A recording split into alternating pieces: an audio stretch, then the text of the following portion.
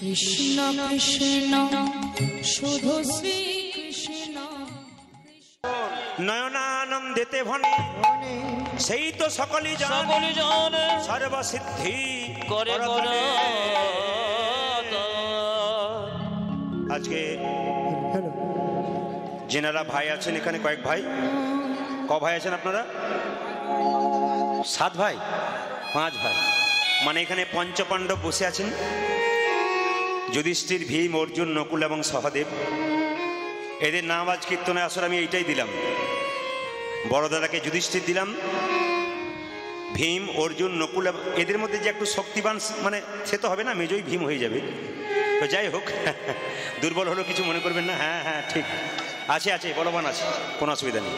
তো খুব ভালো লাগলো এনাদের এই ব্যবহার, এনাদের সুন্দর পরিবেশ, আপনাদের এই আসর এবং এই যে সুন্দর বাড়ি প্রতিষ্ঠা করেছে। আপনারা ভগবানের কাছে প্রার্থনা করুন এই বাড়িতে যেন গোবিন্দ থাকে। আর এদের বাড়ির সঙ্গে আপনার বাড়ির সঙ্গে তুলনা করে দিই। বাড়িতে একটা শ্রীমদ্ ভাগবত রাখবেন, পকেটে রাখবেন গীতা, আর বাড়িতে রাখবেন ভাগবত। যে পড়তে জানে স্নান করার পর একবার ভাগবত পড়বেন, আর যে পড়তে জানে না সে স্নান করার পর ভাগবতকে প্রণাম করবেন। আপনারা সবাই জানেন, আমি আগে বলেছি পকেটে গীতা রাখবেন, শুনেছেন আপনারা, রাখেনও, বহু বহু জায়গাতে রাখে, প্রত্যেকটা মানুষ রাখে। আপনারা বাড়িতে রাখবেন কি? ভাগবত। আচ্ছা, ইউটিউব যারা করছো শব্দমে একবারে, ইউটিউব করছো যারা একবার শব্দমে, কিন্তু এখান থেকে চিৎকার বেশি হচ্ছে। এইদিকে বাড়িতে রাখবেন কি? ভাগবত। আর পকেটে রাখবেন কি? গীতা। যদি ভাগবত পড়তে পারেন 2-4 লাইন করে পড়বেন, দেখবেন আপনার গোবিন্দ কৃপা হয়ে যাবে। আপনাকে পার্শ্ববর্তী কেউ হিংসা করলে কিছু করতে পারবেন, আপনি জয় হয়ে যাবেন যদি ভগবান আপনার সঙ্গে থাকে। 100 ভাইয়ের মধ্যে 100 ভাই যখন যুদ্ধ করেছিল, পঞ্চপাণ্ডবের সঙ্গে হেরেছিল কে? 100 ভাই। কেন বলুন তো? ভগবান যে পক্ষে থাকে সে পক্ষ কি হেরে যায়? পঞ্চপাণ্ডবের পক্ষে কৃষ্ণ ছিল, কৃষ্ণ ছিল বলে তারা হারেনি। আর 100 ভাইয়ের পক্ষে কৃষ্ণ ছিল না, ওই জন্য তারা হেরেছে। মায়েরা, জীবনে যে কৃষ্ণকে সঙ্গে রাখবে সে জীবন যুদ্ধে জয়লাভ করবে। আর জীবনে যে কৃষ্ণকে হারাবে, কৃষ্ণ নাম করবে না, সে জীবন যুদ্ধে প্রতি পদক্ষেপে হেরে হেরে যাবে। ওই জন্য আপনাদের এই গ্রামের মঙ্গলের জন্য রত্নেশ্বর বাটি নামটি ভারী সুন্দর, বাতাসা। এই জন্য আপনাদের সামনে আজকে যে লীলাটি পরিবেশন করব, সেই লীলাটি আপনারা ইউটিউবে প্রচুর শুনেছেন, তবু একটু ছোট্ট করে আপনাদের সামনে তত্ত্বের মাধ্যমে বুঝিয়ে দিই। শ্রীখণ্ড গ্রামের শ্রী গোপীনাথ মন্দিরে ভক্ত রঘুনন্দন গোপীনাথকে নাড়ু খাইয়েছিল। আজকে কীর্তনের শেষে আপনার প্রসাদ নিয়ে যাবেন। না না, ওনারা যে প্রসাদটা দেবেন, লুচি প্রসাদ নাকি? হ্যাঁ, লুচি প্রসাদ যেটা দেবেন শেষে আপনাদেরকে, ওটা তো নেবেন। তার আগে কীর্তন কমিটির যারা আছেন পঞ্চপাণ্ডব, তারা আপনাদের কিছু বাতাসা এবং নকুল দানার ব্যবস্থা করেছেন। কীর্তনের শেষে কিন্তু ওটা এখান থেকে হরিণ লুট দেওয়া হবে। ভালো করে শুনে নিন আগে। এই যে বাতাসা এবং নাড়ু দেখতে পাচ্ছেন, 2-4 কেজি এখানে আনা আছে তো? হ্যাঁ আছে। আপনারা সবাই পেয়ে যাবেন। যদি কেউ না পান, একটা গোটা পেয়েছেন কোনো মা, পাশের মেয়েটা পাবার জন্য ছটপট ছটপট করছে, তাকে আপনি একটুখানি দিয়ে দেবেন। কেন বলুন তো? আপনি যদি মনে করলেন আমি 2টো পেয়ে গেলাম, বাহ আমার ভালো হলো, গোবিন্দের কৃপা হলো, তা নয়। পাশে যে পেল না তাকে একটা দিন, কিংবা অর্ধেকটা দিন, তার লাগে যে কাজে লেগে যায়। আপনার বাড়িতে কোনো অসুস্থ ব্যক্তি খুব ছটপট ছটপট করছে, কষ্ট হচ্ছে, রোগ ভালো হচ্ছে না, আপনি এই ছোট্ট বাতাসাটা 1 টুকরো করে তুলসী পাতা নিয়ে বৃহস্পতিবার দিন তার মুখে জয় গোপীনাথ 3 বার বলে দেবেন। তাহলে আপনারা প্রশ্ন করবেন, দাদা এই যে প্রসাদটুকু পেলাম, 1 বৃহস্পতিবার হবে, তারপর কি হবে? এই একটু প্রসাদ আপনারা কাপড়ের কোণে বেঁধে নিয়ে যাবেন, মাথায় রাখতে হবে, কাপড়ের কোণে, যেটা খুঁট বলা হয়। আর দাদা ভাইয়েরা পকেটে করে নিয়ে যাবেন একটুখানি প্রসাদ। ওটা কি করবেন? বাড়িতে গিয়ে একদিন বৃহস্পতিবার দিন দেখে হরিণ লুট দিয়ে দেবেন, বাতাসা 100 গ্রাম কি 200 গ্রাম। ওই হরিণ লুটে বাতাসাটা একটা কৌটোর মধ্যে ভরে এই বাতাসাটা মিশিয়ে দেবেন। তাহলে আপনি প্রত্যেক দিন প্রতি বৃহস্পতিবার 1 টুকরো করে বাতাসা দিন, দেখবেন আস্তে আস্তে সুস্থ হবে, অনেক ভালো হয়ে যাবে। কিন্তু যদি বিশ্বাস থাকে আপনাদের। বাড়িতে বাচ্চা খুব চঞ্চল, দেখবেন বাবা মায়ের কথা শোনে না, পড়াশুনো করে না, খুব চঞ্চল, আপনি এর বাতাসাটা প্রত্যেক বৃহস্পতিবার জয় গোপীনাথ বলে বাচ্চার মুখে দিন, দেখুন আস্তে আস্তে বাচ্চা আরো সুন্দর হয়ে যাবে এবং পড়াশোনায় মতি হবে। দেখবেন এখন গাড়ি বাড়ি টাকা পয়সা ধন দৌলত সবার আছে, মা একটা জিনিস নাই, কি বলুন তো? জোরে বলুন। শান্তি। আপনাদের বোধহয় আছে নাকি? তাছাড়া এমনি বলছেন যে শান্তি শান্তি। 2-4 জন মনে মনে ভাবছে ঘরকে যেন কত শান্তি বুঝিয়ে দেবো। এইদিকে মায়েরা, আপনাদের মেদিনীপুরে একটা গ্রামে আমি গান করতে এসেছিলাম, পরপর 3 বছর, নাম করবো না, সেখানকার কুটুম্ব থাকতে পারে। তো যে বাড়িতে বাসা দিয়েছিল, প্রথম বছর 1 তলা, দ্বিতীয় বছর গেলাম 2 তলা, তৃতীয় বছর গেলাম 3 তলা। তো যে ভদ্রলোকের বাড়িতে বাসা, সে জিজ্ঞাসা করলাম তাকে, দাদা আচ্ছা করেছেন তো, 3 তলা বাড়ি করেছেন তো? আর বলবেন না, মাথার ঘাম পায়ে ফেলে 3 তলা করলাম। বললাম ভালো আছেন তো? প্রদীপ বাবু শান্তি নাই। বলে শান্তি নাই কেন, এত সুন্দর বাড়ি করেছেন? বলে আমি থাকি 3 তলায়, স্ত্রী থাকে 1 তলায়, দেখাও হয় না, কথাও হয় না, শান্তি নাই। আবার ছেলে থাকে 2টো ছেলে, বড় ছেলে বোম্বাই, ছোট ছেলে দুবাই, কারোর সঙ্গে কারো মিল নাই। বাবা টাকা থাকলে হবে না, মিল থাকতে হবে। স্বামী স্ত্রীর মধ্যে যদি কৃষ্ণ ভক্তি থাকে না, ও পাক্কা থেকে যায়, ও বাঁধন ভাঙবে না। একজন স্বামী স্ত্রী যারা আছেন তাদের কাছে নিবেদন রইল, ভালোবাসা সম্পর্ক রাখতে গেলে কৃষ্ণের সঙ্গে সম্পর্ক করুন, দেখবেন আপনাদের ভালোবাসার সম্পর্ক থাকবে। সকালবেলা একবার দুজনে উঠে, ঘুম থেকে উঠে যখন উঠবেন, দুজনে একটু ভগবানের চরণে একটু প্রণাম করবেন। দুপুরবেলায় স্নান করে যে স্ত্রী, তিনি জল দেবেন, দাদা ভাই যিনি কাজ থেকে ফিরে আসবেন তিনিও জল দেবেন তুলসী গাছে। সন্ধ্যাবেলা একটু কি করবেন, যতক্ষণ পর 9টার সময় কাজ থেকে ফিরলেন, তবু আপনি কি করলেন, একটু হাততালি দিয়ে তুলসী মন্দিরের চারিদিকে হরে কৃষ্ণ নাম করলেন, দেখবেন শান্তি একবারে পাক্কা পাখি হয়ে যাবে, চিন্তা নেই, বাড়িতে কোনো অশান্তি থাকবে না। তাই বাতাসা প্রসাদটা আপনারা শেষে নেবেন, আমি এদেরকে দিয়ে দেওয়া করাবো। আর কাউকে প্রণাম করার দরকার নেই। কেন প্রণাম করবেন না আজকে বলে রাখি, ভাইরাস চলছে এখন, আমি যে কোথাও থেকে নিয়ে এলাম না, আপনারা কি করে জানবেন? আর আপনাদের মধ্যে নেই কি করে? তবে গোবিন্দের কৃপা যেখানে আছে সেখানে নেই, কোনো চিন্তা নেই। দূর থেকে গোবিন্দ নমস্কার করতে বলেছে আমাদের। এখন যতক্ষণ না তিনি ওষুধ তৈরি করবেন ততক্ষণ নমস্কার করতে বলেছে। একটু নমস্কার করবেন, আমাকে নয়, পরম শ্রীকৃষ্ণ ভগবানকে নমস্কার করবেন, আপনাদের কাজে হয়ে যাবে। বর্ধমান জেলার শ্রীখণ্ড গ্রাম, যদি আপনারা কেউ যান বর্ধমান জেলা শ্রীখণ্ড গ্রাম, সবাইকে ঠিকানা দিয়ে দিন। বর্ধমান থেকে স্টেশন থেকে আপনি যাবেন, রেল স্টেশন থেকে একবার সোজা পেয়ে যাবেন শ্রীখণ্ড। আবার বাসে যান তাও শ্রীখণ্ড পাবেন। ওখানে গোপীনাথের মন্দির আছে, মা পাথরের গোপীনাথ। কিন্তু আশ্চর্যের ব্যাপার, গোপীনাথের হাতে একটা নাড়ু আছে, কিন্তু অর্ধেকটা নাড়ু, আবার অর্ধেকটা পাথরের নাড়ু। ওই অর্ধেকটা পাথরের নাড়ু হলো কি করে, আর রঘুনন্দনের জন্ম হলো কি করে, সে কিভাবে নাড়ু খাওয়ালো, ওই ছোট্ট ঘটনা আপনার সামনে বর্ণনা করব। শুনে রাখুন, আপনার মন দিয়ে শুনে নিন। শ্রীখণ্ড গ্রামের 2 ভাই, বড় ভাইয়ের নাম মুকুন্দ আর ছোট ভাইয়ের নাম নরহরি। বলবেন আপনারা, বড় ভাইয়ের নাম কি বললাম, একটু জোরে বলুন। মুকুন্দ সরকার আর ছোট ভাইয়ের নাম নরহরি সরকার। দুজনে মিলে গল্প করছে। বড় ভাই কি করে, কবিরাজি চিকিৎসা করে, আগে ডাক্তারি ছিল না, কবিরাজি বলা হতো। তো কবিরাজি চিকিৎসা করে। ছোট ভাই কি করে, তার সঙ্গে কম্পাউন্ডারি করে, ওষুধ দিয়ে দেয়। তো একদিন ছোট ভাই বড় ভাইকে বলছে, দাদা এই শ্রীখণ্ড থেকে একবার নবদ্বীপে যাবে মহাপ্রভুকে দেখবার জন্য। বলছে হ্যাঁ যাবো। তা যেতে গেলে তখন তো বাস ট্রেনে যোগাযোগ ছিল না, তখন হেঁটে হেঁটে যেতে হতো। মায়েরা, আপনারা যখন অনেক রাস্তা হেঁটে যাবেন না, তো ছোট্ট গীতাকে সঙ্গে করে যান আর কৃষ্ণ নাম করতে করতে চলে যান, দেখবেন রাস্তা খাটো হয়ে যাবে। তখন থেকে শিখিয়ে দিয়েছিল 2 ভাই মুকুন্দ নরহরি। শ্রীখণ্ড থেকে যাচ্ছে কোথায়, নবদ্বীপে। আপনাদের কাছে বিনীত নিবেদন রইল, যে যেখানে বসে আছেন গল্প অল্প করবেন, কীর্তন শ্রবণ করবেন। কীর্তনের শেষে প্রসাদের ব্যবস্থা আছে, প্রসাদ পেয়ে আপনার নিজ নিজ বাড়ি যাবেন। তবে আপনারা যেমন সুস্থভাবে কষ্ট করে বসে আছেন, তার চাইতে বেশি কষ্ট পাচ্ছে যারা দাঁড়িয়ে আছে। আমি যখন ঢুকলাম তখনই দেখলাম প্রচুর ভক্তের চাপাচাপি।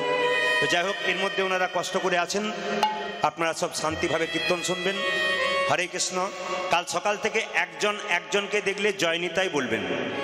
কাল সকাল থেকে একজন একজনকে দেখলে, ও যদি বলে এ কবে থেকে ভক্ত হয়ে গেলি, আপনি বলবেন আজ থেকেই হলাম না।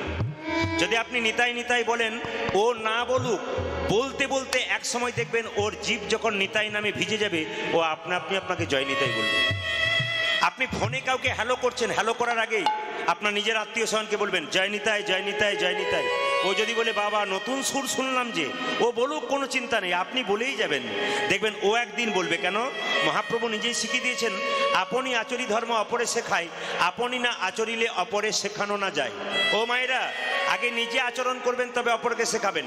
যেমন রামকৃষ্ণ ঠাকুরের কাছে একজন ঠাকুমা তার নাতিকে এনেছিল। ও ঠাকুর, বলে কি, আমার নাতি খুব মিষ্টি খায়, তো নাতি যাতে মিষ্টি না খায় তার জন্য বলে দাও তো। ঠাকুর বলল, ও ঠাকুমা, তুমি 15 দিন পর তোমার নাতিকে নিয়ে এসো। 15 দিন পর যখন ঠাকুমার নাতিকে নিয়ে এলো, তখন বলছে হ্যাঁ গো, এবার বলে দাও। ঠাকুর বলল, এ খোকা, মিষ্টি বেশি খাস না। বলে কেন, দাঁতে পোকা হবে। আরে তোতলা তোতলা কথা বলবি, তার চাইতে এক কাজ কর, মিষ্টি কম খা, কৃমি কম হবে, দেখবি সুগার হবে না ভবিষ্যতে। বাচ্চাকে বোঝালো। ঠাকুমা বলল, আচ্ছা 15 দিন আগে এলাম তখন তুমি বললে না, এখন বললে কেন? ঠাকুর বলছে, আরে বাবা, 15 দিন আগে তো আমি নিজেই মিষ্টি খেতাম, আগে আমি মিষ্টি খাওয়া ছাড়লাম, তারপর আমি বললাম। এই যে নিবেদন আপনাদের সামনে, আগে আপনি নিজে আচরণ করুন, তবে অপরকে শেখাবেন। আর আপনি নিজে যদি আচরণ না করেন তবে অপরকে শেখাবেন কি করে? এই জন্য প্রত্যেকটি মায়ের কাছে একটা কর্তব্য রইল, মায়ের কাছ থেকে বাচ্চা ধর্ম শেখে। যেমন দেখবেন বাঘিনী তার বাচ্চাকে সাঁতার শেখায়, বাচ্চাগুলো জলে নামে না, আগে বাঘিনী জলে নেমে যায়, তারপর বাচ্চাগুলো বাঘিনীকে দেখে দেখে নামে। এই জন্য আপনি ধর্মের পথে নামুন, দেখবেন আপনার ছেলে মেয়ে আপনার সঙ্গে সঙ্গে ধর্মের পথে নামবে। ওই জন্য আপনি আচরি ধর্ম অপরে শেখায়, আপনি না আচরিলে অপরে শেখানো না যায়। ওই জন্য আজকে আপনারা হরে কৃষ্ণ অন্যদিকে তাকাবেন না, শুধু এই দিকে তাকাবেন, চিৎকার চেঁচামেচি কম করবেন জায়গাতে। মন দিয়ে শুনে রাখুন, সাধু সঙ্গ করতে হবে। সাধু সঙ্গ কাকে বলে? এই যে আপনারা আজকে কীর্তন শুনতে এসছেন, আজকে সাধু সঙ্গ করতে এসছেন। সাধু সঙ্গ কি? ওই যে সাধু সঙ্গ সর্বশাস্ত্রে কয়, আর লবমাত্র সাধু সঙ্গ সর্বসিদ্ধি হয়। এটা প্রমাণ দিয়ে দিই। সাধু সঙ্গ করলে কি হয় একটু মন দিয়ে শুনে নিন সবাই, যে যেখানে বসে আছেন। বলছে নারদ মুনি একদিন ভগবানকে প্রশ্ন করলো, প্রভু সাধু সঙ্গ করলে কি হয়? এই যে নারদ মুনি ভগবানকে প্রশ্ন করলো, সাধু সঙ্গ করলে কি হয়? ভগবান বলল, নারদ এইখান থেকে 5 কিলোমিটার দূরে যাও, যাকে প্রথম দেখবে তাকে জিজ্ঞাসা করবে সাধু সঙ্গ করলে কি হয়। নারদ মুনি 5 কিলোমিটার দূরে গেল, মা কাউকে দেখতে পেল না। দেখতে পেল একটা গোবরে পোকা। গোবরে পোকাকে দেখে জিজ্ঞাসা করলো, হ্যাঁ রে গোবরে পোকা, সাধু সঙ্গ করলে কি হয়? সঙ্গে সঙ্গে গোবরে পোকাটা মরে গেল। নারদ মুনি ভগবানকে এসে বলল, প্রভু এই তোমার সাধু সঙ্গ? আমি যাকে জিজ্ঞাসা করলাম সে তো সঙ্গে সঙ্গেই মরে গেল। বলছে বেশ বেশ, তুমি আরো 5 কিলোমিটার দূরে যাও, মানে 10 কিলোমিটার আগে যাও, যাকে প্রথম দেখবে তাকে জিজ্ঞাসা করবে সাধু সঙ্গ করলে কি হয়। 10 কিলোমিটার আগে গেছে, কাউকে দেখতে পেল না। দেখতে পেল একটা গাছের গর্তের মধ্যে ছোট্ট একটা পাখি মুখ বাড়াচ্ছে। তো নারদ মুনি মনে মনে ভাবলো, একে জিজ্ঞাসা করি, ও পাখি, ও পাখি সাধু সঙ্গ করলে কি হয়? সঙ্গে সঙ্গে পাখির বাচ্চাটা মরে গেল। নারদ এসে ভগবানকে বলছে, প্রভু এই তোমার সাধু সঙ্গ? আরে যাকেই জিজ্ঞাসা করি সে তো মরে যায়। নারদকে ভগবান বললো, আরেকবার যাও। বলে কোথায়? এখান থেকে 15 কিলোমিটার আগে যাকে তুমি দেখবে তাকেই জিজ্ঞাসা করবে সাধু সঙ্গ করলে কি হয়। মায়েরা 15 কিলোমিটার আগে গেল, কাউকে দেখতে পেল না। দেখতে পেল একটা গাভীর বাছুর, সে চড়াট করছে, ঘাস খাচ্ছে। জিজ্ঞাসা করলো নারদ, এ বাছুর, এ বাছুর সাধু সঙ্গ করলে কি হয়? সঙ্গে সঙ্গে বাছুরটা মরে গেল। নারদ এসে কান দুটো ধরছে আর প্রভুকে বলছে, প্রভু আমি কান ধরছি আর আমি যাব না। বলে কেন? আমি শুধু পাপের বোঝা বাড়াচ্ছি। আরে যাকেই জিজ্ঞাসা করছি সেই তো মরে যাচ্ছে, আমার গিয়ে লাভ কি আছে? ভগবান তখন নারদকে বলল, নারদ আর একবার লাস্ট বারের জন্য যাও। বলে কোথায়? এখান থেকে 20 কিলোমিটার দূরে একটা জঙ্গল আছে। ওই জঙ্গলে একটা রাজার রাজবাড়ি আছে। সেখানে রাজার 15 বছর পর একটা ছেলে হয়েছে। শুধু সেই ছেলেটাকে একবার জিজ্ঞাসা করো সাধু সঙ্গ করলে কি হয়। নারদ মুনি বলছে, মাথা খারাপ? পাখির বাচ্চাটার মা ছিল না, নইলে মাথায় ঠুকরে দিত। বাছুরটার মা ছিল না, সিংটা পেটে ঢুকিয়ে দিত। এখন রাজার 15 বছর পরে ছেলে হয়েছে, তাকে যদি জিজ্ঞাসা করে রাজা আমাকে ছেড়ে দেবে যদি মরে যায়? ভগবান তখন বলে, নারদ তোমার বিশ্বাস নাই? রাখে হরিত, রাখে হরিত, মারে কে? তোমার বিশ্বাস নাই? বলছে বিশ্বাস আছে কিন্তু তোমাকে বিশ্বাস নাই, বলা যায় না কি হয়। ভগবান বলছে, নারদ শেষবারের মতো যাও। নারদ যখন শেষবারের মতো গেল তখন দেখতে পেল রাজবাড়ি। রাজবাড়ি থেকে রাজামশাই বেরিয়ে, এ কি নারদ মুনি আপনি? বলে হ্যাঁ হ্যাঁ, আপনার নাকি একটা ছেলে হয়েছে? হ্যাঁ হ্যাঁ, অনেক দিন পরে, অনেক দেখানোর পরে 15 বছর পরে ছেলে হলো। না না রাজামশাই, আপনার ছেলেকে একটা প্রশ্ন করব। রাজা বলছে, একটা মানে তুমি 10টা করো। নারদ বলছে, যে বাড়িতে প্রশ্ন করবো তার পেছন দিকে দরজা আছে তো? বুঝতে পেরেছেন? যে বাড়িতে প্রশ্ন করবো তার পেছন দিকে দরজা আছে। তখন রাজা বলছে, একটা নয় 3টে আছে। নারদ মনে মনে ভাবছে, যাক বাবা বেঁচে পড়লাম। নারদ যেই না বাড়ির ভেতরে ঢুকেছে, এক পা বাইরে এক পা ভেতরে। এই যে খোকা সাধু সঙ্গ করলে কি? যেই না দৌড়াতে গেছে এমনি ছেলেটা বলে উঠলো, দাঁড়াও, এ কি এ মরেনি? তাহলে কি ভূত হয়ে গেছে? সাধু সঙ্গ করলে কি হয়? ছেলে বলল, শোনো নারদ মুনি, সাধু সঙ্গ করলে কি হয়? প্রথমে ছিলাম আমি একটা গোবরে পোকা, তোমার মতো সাধু সঙ্গ করে আমি হলাম পাখির বাচ্চা। তারপর তোমার মতো সাধু সঙ্গ করে পাখির বাচ্চা থেকে হলাম আমি গাভীর বাচ্চা। তারপর তোমার মতো সাধু সঙ্গ করে গাভী জনম থেকে মুক্তি পেয়ে আমি হলাম এক রাজার ঘরের সন্তান। এই জগতে যারা সাধু সঙ্গ করে তারা টাকাওয়ালা রাজার ঘরের সন্তান হয় না, তারা পৃথিবীর রাজা নিতাই গৌর হরি বল ভগবান শ্রীকৃষ্ণের সন্তান। অনেকে বলে মা কালীর নাম করবি উদ্ধার হয়ে যাবি। মা দুর্গার নাম করবি উদ্ধার হয়ে যাবি না, সস্তা নাম করলে উদ্ধার হবে না, দামি নাম করতে হবে। দামি নাম কি? হরে কৃষ্ণ কৃষ্ণ কৃষ্ণ হরে হরে, হরে রাম রাম রাম হরে হরে, এটা দামি নাম। ঈশ্বর পরমকৃষ্ণ সচ্চিদানন্দ বিগ্রহ, অনাদির আদি গোবিন্দ সর্বকারণের কারণম। জেনে রাখুন, ঈশ্বর হচ্ছে আসল, দেবদেবী হচ্ছে শাখা প্রশাখা। যেমন ধরুন, দাদার বাড়িতে গান হচ্ছে, সবাইকে নিমন্ত্রণ করেছে, তো বাড়িতে যদি বাবা বেঁচে থাকে, বাবাকে নিমন্ত্রণ পত্র দিলে ছেলে বৌমাকে দিতে হয় না। বাবাকে নিমন্ত্রণ পত্র দিলে নিমন্ত্রণ পত্র ছেলে বৌমার কাছে আপনা আপনি পৌঁছে যায়। ঠিক সেরকম ভগবানকে প্রণাম দিলে অন্য দেবদেবীকে প্রণাম করার দরকার নেই, প্রণাম কিন্তু আপনা আপনি অন্য দেবতার চলনায় চলে যায়। এই জন্য আপনাদেরকে বলে রাখি, আপনারা বলবেন তাহলে কি আমরা কালী পুজো করবো না, তাহলে বৃহস্পতিবার দিন লক্ষ্মী পুজো করবো না? ও মায়েরা, সব পুজোই করবেন। কেন বলুন তো? যে কোনো পুজো করুন না কেন, ভগবানকে আগে ডাকতে হয়। যেমন ব্রাহ্মণ ঠাকুর যখন আপনাকে পুজো করাবে, হাতে জল দেবে, আচমন করাবে, তখন দেখবেন প্রথমেই লক্ষ্মী পুজো হচ্ছে, কিন্তু দেখবেন বলবে শ্রী বিষ্ণু শ্রী বিষ্ণু শ্রী বিষ্ণু, একবার বলে শ্রী লক্ষ্মী বলে, দেখবেন শ্রী বিষ্ণু বলে। তার মানে কি? যে কোনো দেবদেবীকে পুজো করো, প্রথমে ভগবানকে পুজো করা হয়। ওই জন্যে শাখা পোশাকা ছেড়ে, ডালটাকে ছেড়ে প্রথমে আপনাকে মূলে হাত দিতে হবে। গাছের মূলে জল দিলে যেমন গোটা শাখা প্রশাখাতে জল দেওয়ার দরকার হয় না, মুখে খাবার খেলে যেমন হাত পা কান চোখ নাক সব জায়গারই কাজ হয়ে যায়, সেরকম আসল জায়গাতে যদি কেউ দিতে পারে, তবে আর অন্য জায়গাতে দেবার দরকার নাই, আপনা আপনি চলে যায়। এইদিকে সস্তা নাম করবেন না কেন, দামি নাম করবেন কেন, একটা প্রমাণ দিয়ে দিই। সস্তা নামের অবস্থা খারাপ, দামি নামের কিন্তু আসল ঠিক। একজন ট্রেনে পাখা বিক্রি করছে, বলছে ভাই এই 15 টাকাতে একটা পাখা পাওয়া যায়, 5 টাকাতে একটা পাখা পাওয়া যায়। এই 15 টাকার যে পাখাটা, ওই পাখাটা 6 মাস যাবে, আর 5 টাকার যে পাখাটা, ওটাও 6 মাস যাবে।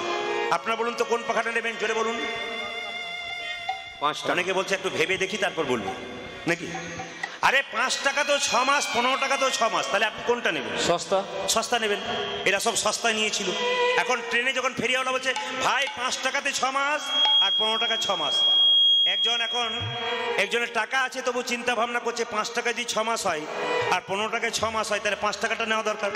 এখন 5 টাকার পাখাটা নিয়েছে, আর দেখুন লক্ষ্য করুন, দুবার ঘুরিয়েছে আর কাঠি ছেড়ে পালিয়ে গেছে।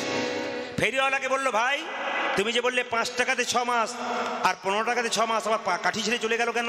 তখন ফেরিওয়ালা বলছে ব্যবহার করার নিয়ম জানা চাই। সস্তা পাখা কিনবেন আর ব্যবহার করতে শিখবেন না তা বলবে না, সস্তা পাখা ব্যবহারের নিয়ম আছে। তখন লোকটা জিজ্ঞাসা করলো কিরকম নিয়ম আছে? ফেরিওয়ালা বলল এই দেখো, পাখাটা ধরবে আর মাথাটা ঘোরাবে, পাখা ধরবে মাথা ঘোরাবে, পাখা ঘোরালে কিন্তু কাঠি ছাড়বে। এই জন্য বাবা সস্তার অবস্থা খুব খারাপ। এই ভগবানকে ভজনা করতে গেলে ভেতরটাকে কাঙ্গাল করতে হবে। কাঙ্গাল মানে এই নয় যে আপনি ছেঁড়া কাপড় জামা পরে রাস্তা দিয়ে ঘুরে বেড়ানো, ওটাকে কাঙ্গাল বলা হয় না।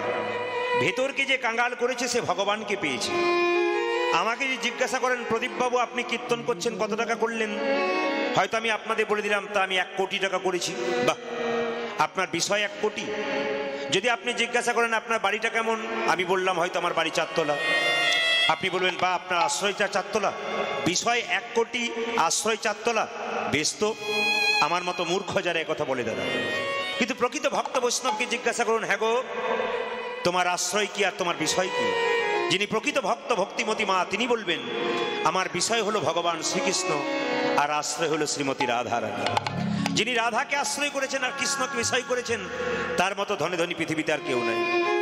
গাড়ি বাড়াই, টাকা পয়সা, ধন দৌলত, এসেছিলাম খালি হাতে, যাব খালি হাতে, মাঝখানে শুধু আমি বড় লোক তুমি গরিব লোক, এইটারই ব্যাপার। কিন্তু জেনে নিন মায়েরা, জানি তাই একথা পরিষ্কার জেনে রাখবেন যে জন্ম নেবার সময় মানুষ যখন এসেছিল, আপনি যখন এসেছিলেন তখন কাপড় ছিল না শরীরে। আপনার স্বামী 4টা কাপড়ের দোকান থাকলো, যখন শ্মশান ঘাটে যাবে তখন একটা কাপড় আপনাকে দেবে না। আপনি যেমনটি এসেছিলেন তেমনটি চলে যেতে হবে। এ কথা মনে রাখতে হবে যে আমাদের দেখবেন প্রত্যেক, যদি কোনোদিন প্রচণ্ড বৃষ্টি হয়ে যায়, কোনো পুরুষ মানুষকে জিজ্ঞাসা করুন, হ্যাঁ রে এই আজকে তোর টাকা রোজগার হলো? বলবে না না আজকে টাকা রোজগার হলো না। কিন্তু যদি কোনো বৈষ্ণবকে জিজ্ঞাসা করেন, হ্যাঁ গো তোমার দুর্দিন কোনটা? আজকে তো বৃষ্টি হয়েছে, টাকা রোজগার হয়নি। বৈষ্ণবের দুর্দিন সেই দিন যেদিন একদিন সারাদিনের মাথায় একবার কৃষ্ণ নাম করা হয়নি। ওই জন্য জীবনে আপনারা দুর্দিন সেই দিনটাকে ভাববেন যেদিন দিনের মাথায় একবার হরিনাম করা হবে না। ওই জন্য সকালবেলায়, দুপুরবেলায়, সন্ধ্যাবেলায় 3টে বেলা আপনাকে ভগবানের জপ করতে হবে। এই সময় যদি আপনি ভগবানকে জপ করতে পারেন, আপনি জীবন যুদ্ধে জয়ী হয়ে যাবেন। ভগবান শ্রীকৃষ্ণ কুরুক্ষেত্রে যুদ্ধের সময় রথের ওপরে ছিলেন, রথটা দেখবেন খুব ভালো ছিল মা। রথ থেকে যখন নেমে গেল তখন রথটা দাউ দাউ করে জ্বলে গেল। এখানে শাস্ত্র কি বলল, তত্ত্ব কি বলল? সংসার একটি কুরুক্ষেত্রের যুদ্ধক্ষেত্র, আর দেহটা হচ্ছে রথ, আর আত্মা হচ্ছে ভগবান। এই দেহরথ থেকে যখন আত্মা ভগবান নেমে যাবে, আমাদের দেহরথটাকে শ্মশানের চিতাতে নিতাই গৌর হরি বল বলে। এই জন্যে পৃথিবীতে একমাত্র সার হচ্ছে নাম। নাম ছাড়া কোনো উপায় নেই, নাম ছাড়া কোনো গতি নাই। যতই আপনি যা করুন না কেন, নাম ছাড়া কোনো পথ নাই। যতক্ষণ না হরিনাম করবেন, যে কোনো ব্যবসা করুন, বাণিজ্য করুন, যে কোনো কিছু করুন, দেখবেন হরিনাম ছাড়া কোনো গতি নেই। হরিকে স্মরণ করে করুন, আপনি জীবন যুদ্ধে জয়লাভ করে যাবেন। আর কৃষ্ণ নাম করতে করতে যাচ্ছে মহাপ্রভুকে দেখবার জন্য। চলুন আমরা সবাই মিলে যাই শ্রীখণ্ড। কার সঙ্গে? শ্রীখণ্ড থেকে কোথায় যাব? নবদ্বীপ। কার সঙ্গে? মুকুন্দ সরকার আর নরহরি সরকারের সঙ্গে। আচ্ছা মায়েরা বলুন তো, নরহরি ছোট না বড়? নরহরি ছোট না বড়? ছোট। আর মুকুন্দ সরকার বড়। আগে যাচ্ছে মুকুন্দ, পেছনে যাচ্ছে নরহরি, দু হাত তুলে গাইতে গাইতে যাচ্ছে কৃষ্ণ কেশব কৃষ্ণ কেশব কৃষ্ণ কেশব তাই নাম, রাম রাঘব রাম রাঘব রাম রাঘব। হরে কৃষ্ণ কৃষ্ণ কৃষ্ণ হরে হরে, হরে রাম রাম রাম হরে হরে। হরে কৃষ্ণ কৃষ্ণ কৃষ্ণ হরে হরে, হরে রাম রাম রাম হরে হরে। কেশব কৃষ্ণ কেশব কৃষ্ণ কেশব তাই নাম, রাম রাঘব রাম রাঘব রাম রাঘব। হরে হরে কৃষ্ণ কৃষ্ণ কৃষ্ণ হরে হরে, হরে রাম রাম রাম হরে হরে। কৃষ্ণ কেশব কৃষ্ণ কেশব কৃষ্ণ কেশব তাই নাম, রাম রাঘব রাম রাঘব রাম রাঘব। হরে কৃষ্ণ কৃষ্ণ কৃষ্ণ হরে হরে, হরে রাম রাম রাম হরে হরে। কৃষ্ণ কেশব কৃষ্ণ কেশব কৃষ্ণ কেশব তাই নাম, রাম রাঘব রাম রাঘব রাম রাঘব। কৃষ্ণ হে রে তাই গৌর হরি হরি বল উলধ্বনি।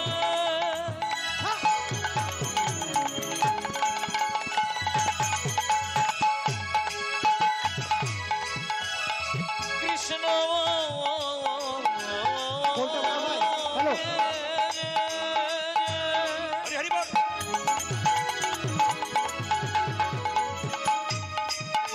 তুমি দেখো যাবা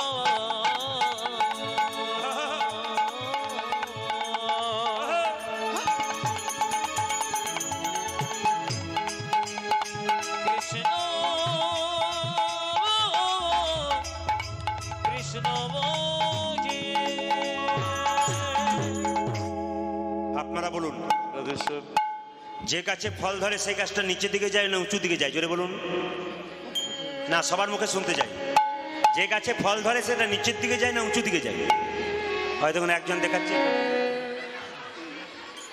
ভক্ত কত রকমের থাকে দেখুন। যে গাছে ফল ধরে সেই গাছটি, আর যে গাছে ফল ধরে না সেই গাছ এইদিকে এইদিকে আসতে। লক্ষ্য করুন, যারা ভক্ত হয় তাদের ভাব কেমন হয়? হরে কৃষ্ণ হরে কৃষ্ণ হরে কৃষ্ণ। আর যারা মস্তান হয় দেখবেন এরকম ভাব হয়। তো মুকুন্দা নরহরি দুজনে মিলে এরকম করে দাঁড়িয়ে আছে। মহাপ্রভু তখন শিবাসকে বলছে, শিবাস শ্রীখণ্ড থেকে দু ভাই এসছে, বড় ভাইয়ের নাম মুকুন্দ, ছোট ভাইয়ের নাম নরহরি। চলো চলো, ওরা দুজন আমাদেরকে দেখতে এসছে। আরে বাবা, দর্শন করতে এসছে। ভক্ত যদি কাই মনে কোনো বাঞ্ছা করে, ভগবানের সাধ্য নাই সেই বাঞ্ছা নাহি পুরে। ভক্ত যদি মনে মনে ভগবানের কাছে জানিয়ে যায়, ভগবান তার মনের ইচ্ছা পূর্ণ করে দেয়। তাই মহাপ্রভু কি করলেন? মুকুন্দ সরকার নরহরিকে দেখা দেবার জন্যে একবারে শিবাসঙ্গম থেকে বেরিয়ে নাম গাইতে গাইতে সুরধ্বনি তীর দিয়ে চললেন। কিভাবে যাচ্ছেন? সুরধ্বনি তীরে সুরধ্বনি তীরে তীর মহাবিল বিলসয় সমবয় বালক সঙ্গে। হরি সুরধ্বনি তীরে তীর মহাবিলসয় সমবয় বালক সঙ্গে। সুরধ্বনি তীরে তীর মহাবিল সমবয় বালক সঙ্গে। হরে সুরধনের তীরে তেজ মহাবিনয় সমবয়বা লোক সঙ্গে। হরে করতালি ধ্বনি তো হরি ধ্বনি। হরে করতাল করতাল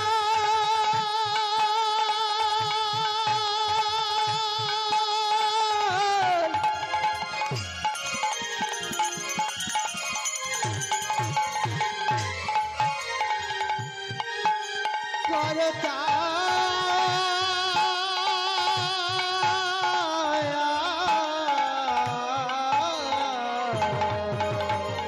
হরে করতালি নিতা হরে যার যেমন ভাব তার তেমন লাভ। এখানে কীর্তন শুনতে এসছেন, সবার ভাব সমান নাই। ছোট ভাই মুকুন্দ, ছোট ভাই নরহরি মুকুন্দ বলছে, দাদা আমি কি দেখছি জানো? ওই তো আমার গোরা, আজে ওই তো আমারই গোরান আছে, ওই তো আমার গোরা, আর ওই আমার গোরা নাচে। আমি দণ্ড বাহু তুলে, ওই তো আমার গোরা। ও যা যে হেম দণ্ড বাহু তুলে, ওই তো আমার গোরা নাচে। বড় ভাই বলছে, তুই দেখছিস গোরা নাচছে, আমি দেখছি আরেকজন নাচছে। কে? ওই তো গোরাই নাচে, আরে ওই তো গোরাই নাচে। ওই তো গোরাই নাচে। ওই তো গোরাই আছে, অন্তরে যার শ্যাম নাচে, বাইরেও গোরাই নাচে। ওই অন্তরে জরে শ্যামে নাচে, বাইরে গোরাই নাচে।